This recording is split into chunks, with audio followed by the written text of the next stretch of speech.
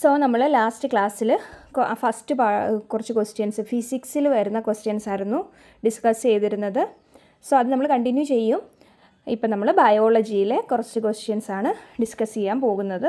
അതിനുശേഷം നമ്മൾ വീണ്ടും ഫിസിക്സ് ഫുൾ ക്വസ്റ്റ്യൻസും ഈ ഒരു 2017 നടന്ന ഡയറി ഫാം ഇൻസ്ട്രക്ടറിൻ്റെ എല്ലാ ക്വസ്റ്റ്യൻസും ഡീറ്റെയിൽഡ് ആയിട്ട് തന്നെ നമ്മൾ ഡിസ്കസ് ചെയ്യും അടുത്ത 2-3 വീഡിയോയും കൂടെ കഴിയുമ്പോഴത്തേക്കും. ഓക്കെ, ഇന്നിപ്പം നമുക്ക് ബയോളജിയിലെ എല്ലാ ക്വസ്റ്റ്യൻസും ചെയ്യാം.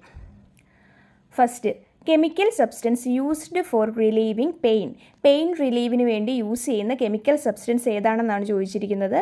Option A antiseptic, option B tranquilliser, option C antibiotic, option D analgesics. So the right answer is analgesics. ഇവിടെ നമുക്കിനി അറിയാത്തതാരാ ഉള്ളത്?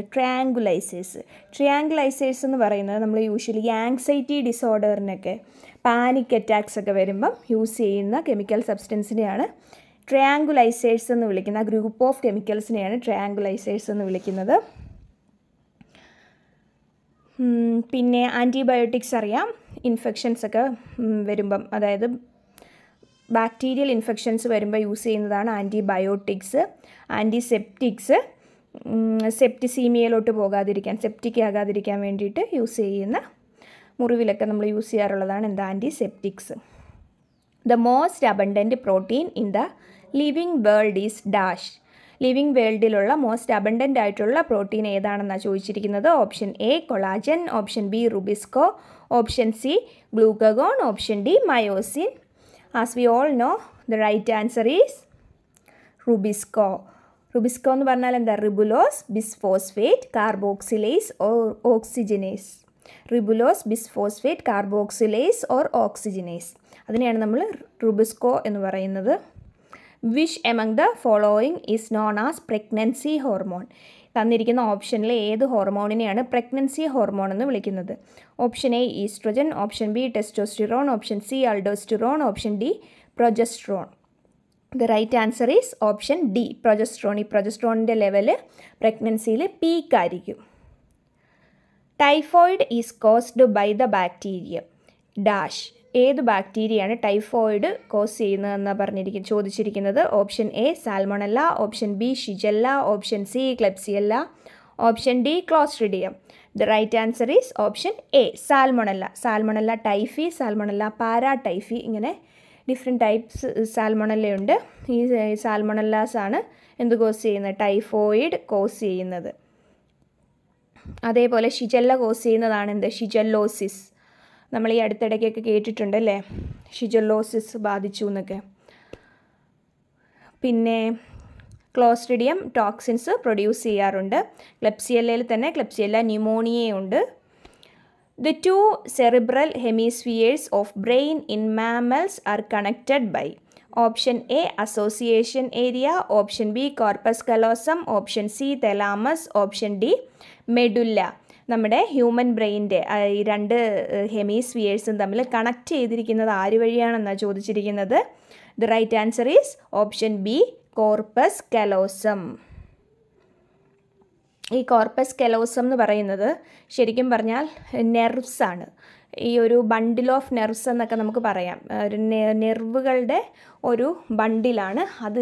ഇങ്ങനെ ഈ 2 ഹെമിസ്ഫിയറിനെയും ബ്രെയിൻ്റെ 2 ഹെമിസ്ഫിയേഴ്സിനെയും തമ്മിൽ കണക്ട് ചെയ്തിട്ടുണ്ട്. ഇവർ കണക്ട് ചെയ്തിരിക്കുന്നത് എന്തിനു വേണ്ടിയിട്ടാണ്? ഈ കമ്മ്യൂണിക്കേഷൻ, അതായത് സിഗ്നൽസ് ഒക്കെ പാസ് ചെയ്യാൻ വേണ്ടിയിട്ടാണ് ഈ 2 എൻഡിനെയും കൂടെ ഈ ഒരു നെർവ് ഫൈബേഴ്സ് കണക്ട് ചെയ്ത് നിൽക്കുന്നത്. സോ ഓർത്തിരിക്കുക, കോർപ്പസ് കലോസം. അതേപോലെ തന്നെ നമ്മുടെ ഓപ്ഷൻ ഡി മെഡുല്ല എന്ന് പറയുന്ന ഒരു ഇമ്പോർട്ടൻ്റ് ആയിട്ടുള്ള പാർട്ടാണ് ബ്രെയിൻ്റെ. ഈ മെഡുല്ല യൂഷ്വലി കാണപ്പെടുന്ന എവിടെ ആയിട്ടാണ്? നമ്മുടെ പോൺസ് റീജിയൻ്റെ താഴെയായിട്ടായിരിക്കും ബ്രെയിൻ്റെ. അതൊന്ന് നോട്ട് ചെയ്തേക്കണം. നമ്മുടെ ലോവർ ബ്രെയിൻ സ്റ്റെമ്മിൻ്റെ ആ ഒരു ലോവർ ബ്രെയിൻ സ്റ്റെമ്മിൽ അറ്റാച്ച് ചെയ്തായിരിക്കും. അതായത് നമ്മുടെ ഒരു സ്പൈനൽ കോഡിനോട് കണക്ട് ചെയ്ത് കാണുന്നവരായിരിക്കും മെഡുല്ല. ഈ മെഡുല്ല നമ്മൾ കേട്ടിട്ടുണ്ടായിരിക്കും. മെഡുല്ല ഒബ്ലാങ്കറ്റയ്ക്ക് അടി കിട്ടിക്കഴിഞ്ഞ് കഴിഞ്ഞാൽ, മെഡുല്ല ഒബ്ലാങ്കറ്റ എന്നാണ് പറയുന്നത്, അറിയാലോ. ഈ മെഡുല്ല ഒബ്ലാങ്കറ്റയ്ക്ക് അടി കിട്ടിക്കഴിഞ്ഞാൽ സ്പോട്ടിൽ തന്നെ ഡെത്ത് നടക്കും എന്നൊക്കെ പറയുന്നത് എന്തുകൊണ്ടാണ്? നമ്മുടെ സ്പൈനൽ കോഡിനോടും ബ്രെയിനോടും കണക്ട് ചെയ്തിരിക്കുന്ന സ്ഥലമാണ് ആര്? മെഡുല്ല ഒബ്ലാങ്കറ്റ. യൂഷ്വലി ഇവരാണ് നമ്മുടെ ഈ ബ്രെയിനും സ്പൈനൽ കോഡും കൂടെയുള്ള സിഗ്നൽസ് ട്രാൻസ്ഫർ ചെയ്യുന്നത്. അതേപോലെ തന്നെ നമ്മുടെ കുറേ breathing, blood pressure, heart beats, heart rate അങ്ങനെയുള്ള കാര്യങ്ങളൊക്കെ കൺട്രോൾ ചെയ്യുന്നതും ഈ മെഡുല്ല തന്നെയാണ്. So here the answer is corpus callosum. Corpus callosum എന്ന് പറയുന്നത് ശരിക്കും എന്താണ്, നേരത്തെ പറഞ്ഞ പോലെ നെർവ് ഫൈബേഴ്സിൻ്റെ ഒരു ബണ്ടിലാണ്. അവരാണ് രണ്ട് ഹെമിസ്ഫിയേഴ്സിനെ കണക്ട് ചെയ്യുന്നത്. മെഡുല്ല ഇപ്പോൾ ഓപ്ഷനിൽ വന്നതുകൊണ്ട് നമ്മൾ പറഞ്ഞു പോയതാണ്. The polymerase chain reaction is helping for the synthesis of multiple copies of dash. Next question.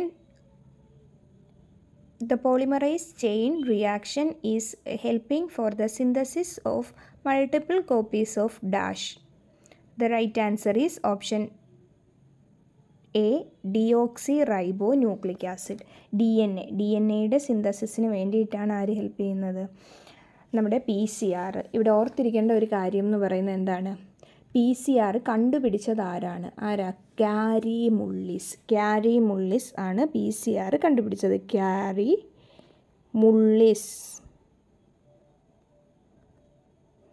മുള്ളിസാണ് PCR കണ്ടുപിടിച്ചത്. ഇയർ 1985 PCR കണ്ടുപിടിച്ചത്. ഓർത്തിരുന്നോണം, ഇയർ 1985 ക്യാരി മുള്ളിസാണ് PCR കണ്ടുപിടിച്ചിരിക്കുന്നത്. Next question. What change occurs to the 6th amino acid of beta globin chain of sickle cell anaemic patients? Sickle cell anaemia വന്നിട്ടുള്ള ആളുകളിൽ beta globin ചെയിനിൻ്റെ 6th amino ആസിഡിൽ എന്ത് മാറ്റമാണ് ഉണ്ടാകുന്നതെന്നാണ് ചോദിച്ചിരിക്കുന്നത്. അവിടെ ശരിക്കും ഒരു പെയറിൻ്റെ ഇൻവേർഷനാണ് നടക്കുന്നത്. അതായത് ഗ്ലൂട്ടാമിക് ആസിഡിനെ റീപ്ലേസ് ചെയ്തുകൊണ്ട് വാലിൻ അങ്ങോട്ട് വരികയാണ് ചെയ്യുന്നത്. സോ നമ്മുടെ ഇവിടുത്തെ ആൻസർ എന്ന് പറയുന്നത് option C, glutamic acid to valine.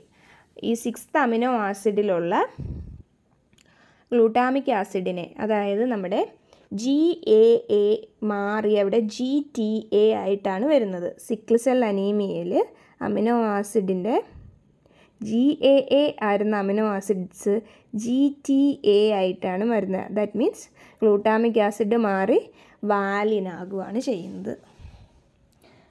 Dash is an example for a gaseous plant growth regulator. ഒരു ഗേഷ്യസ് ആയിട്ടുള്ള പ്ലാന്റ് ഗ്രോത്ത് റെഗുലേറ്ററിൻ്റെ എക്സാമ്പിൾ ഏതാണെന്നാണ് ചോദിച്ചിരിക്കുന്നത്. Option A auxin, option B cytokinin, option C abscisic acid, option D ethylene. As we all know, the right answer is option D ethylene. Ethylene എന്ന് പറയുന്നത് ഒരു ഗ്യാസാണ്, gaseous ആയിട്ടുള്ള. Ethylene എന്തിനു വേണ്ടിയിട്ടുള്ളതാണ്? പഴുക്കാൻ വേണ്ടിയിട്ടൊക്കെ നമ്മൾ വെക്കുന്ന അല്ലേ, ഫ്രൂട്ട്സൊക്കെ നല്ലപോലെ പഴുക്കാൻ വേണ്ടിയിട്ട് നമ്മൾ യൂസ് ചെയ്യുന്നതാണ് എന്ത്? എഥിലീൻ എന്ന് പറയുന്ന ഗേഷ്യസ് ഹോർമോൺ. ഓക്സിൻ നമുക്കറിയാം ഈ ഷൂട്ട് ലെങ്ത്തിനൊക്കെ വേണ്ടിയിട്ട് ഹെൽപ്പ് ചെയ്യുന്നതാണ്. എഥിലീൻ നമ്മൾ ഓൾറെഡി പറഞ്ഞു, റൈപ്പനിങ്ങിന് വേണ്ടിയിട്ട്, പഴുക്കാനൊക്കെ, ഫ്രൂട്ട്സൊക്കെ പഴുക്കാനൊക്കെ, സെനിസൻസിനൊക്കെ ഹെൽപ്പ് ചെയ്യുന്നതാണ് എഥിലീൻ. Next cytokinin. സൈറ്റോകിനിൻ്റെ ഫംഗ്ഷൻ എന്ന് പറയുന്നത് സെൽ ഗ്രോത്ത്, സെൽ ഡെവലപ്മെൻറ്റ് അങ്ങനത്തെ കാര്യങ്ങളിലൊക്കെയാണ് ഹെൽപ്പ് ചെയ്യുന്നത്. അടുത്തത് അബ്സിസിക് ആസിഡാണ്. അബ്സിസിക് ആസിഡ് എന്ന് പറയുന്നത് ആക്ച്വലി മൾട്ടി ഫങ്ഷണലാണ്. അതായത് ഒരുപാട് ഫിസിയോളജിക്കൽ പ്രോസസ്സിലൊക്കെ പ്ലാന്റ്സിനെ ഹെൽപ്പ് ചെയ്യുന്ന ആളാണ്.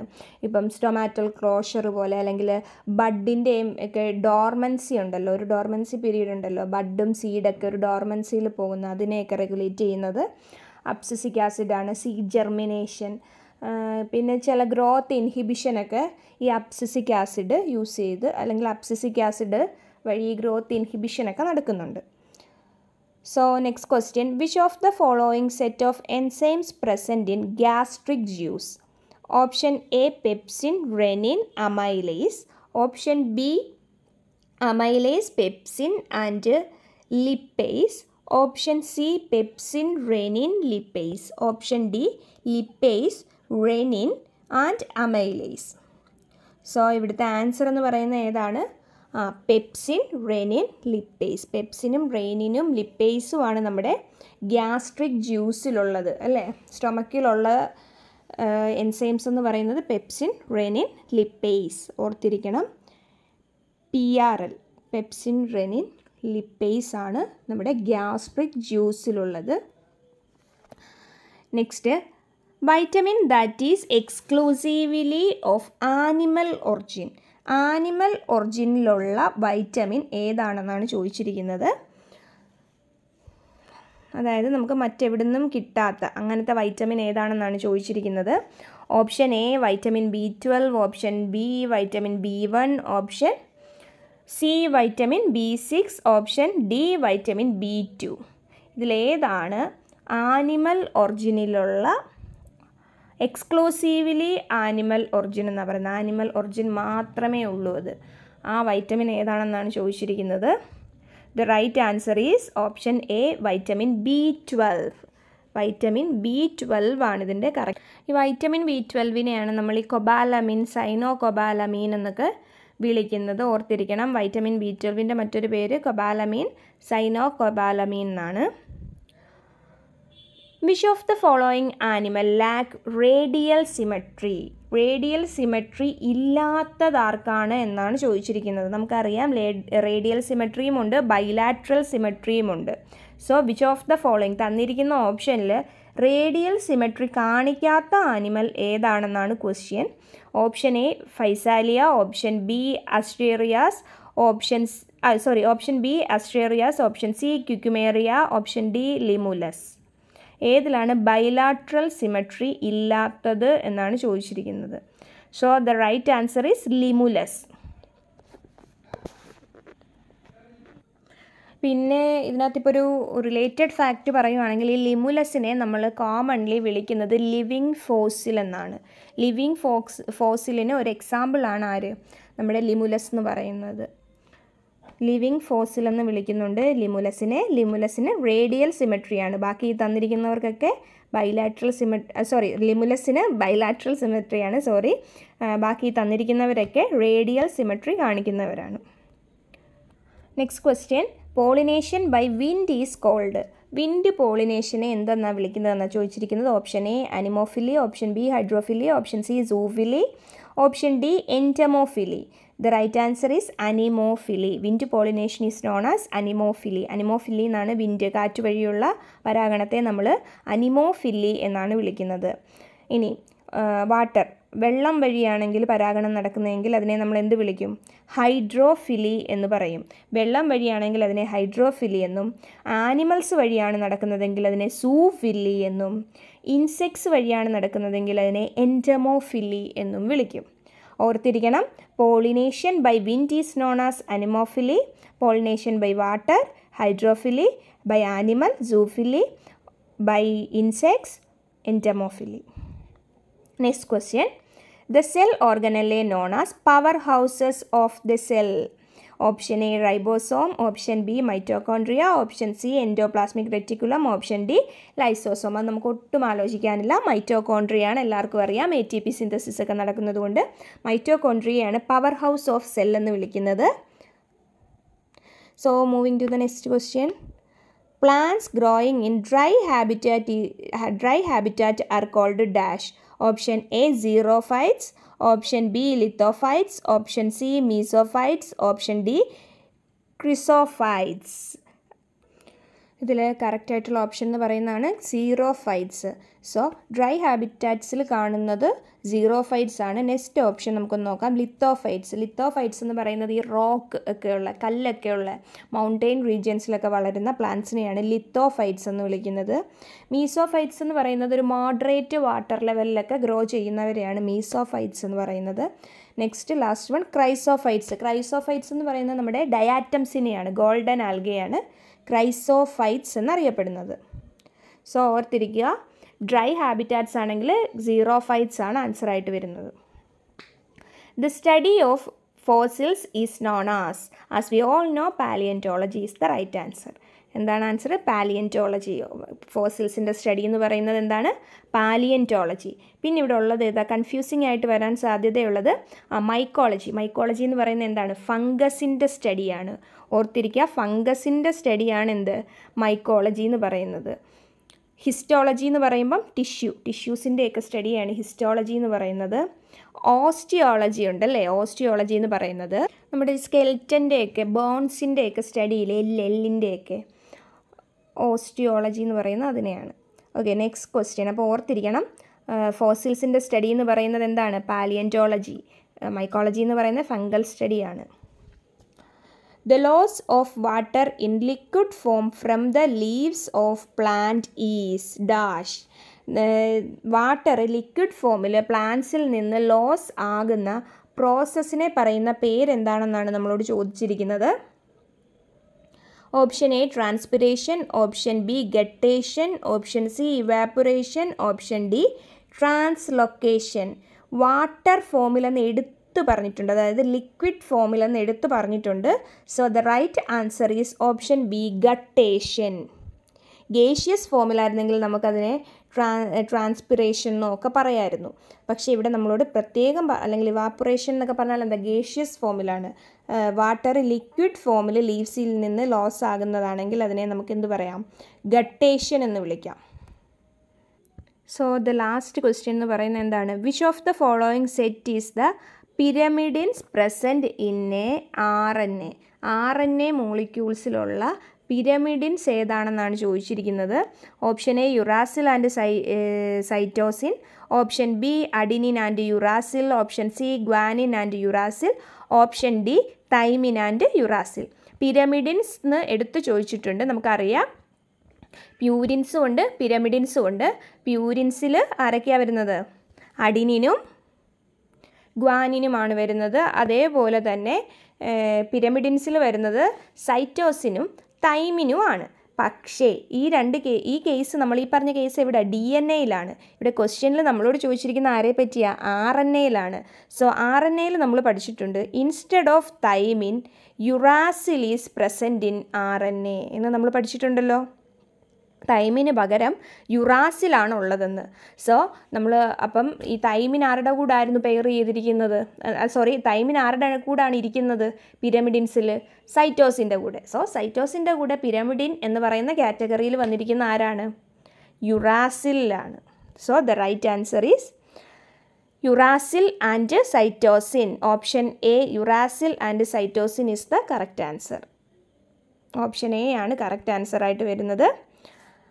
നമുക്കറിയാം ATGC. ഇതിൽ എയും ജിയും പ്യൂരിൻസും ടിയും സിയും പിരമിഡിൻസുമാണ്. ഈ ടിക്ക് പകരമാണ് ആര് വന്നിരിക്കുന്നത്? യു വന്നിരിക്കുന്നത് RNA-യിൽ. സോ അത് ഓർത്തിരിക്കണം.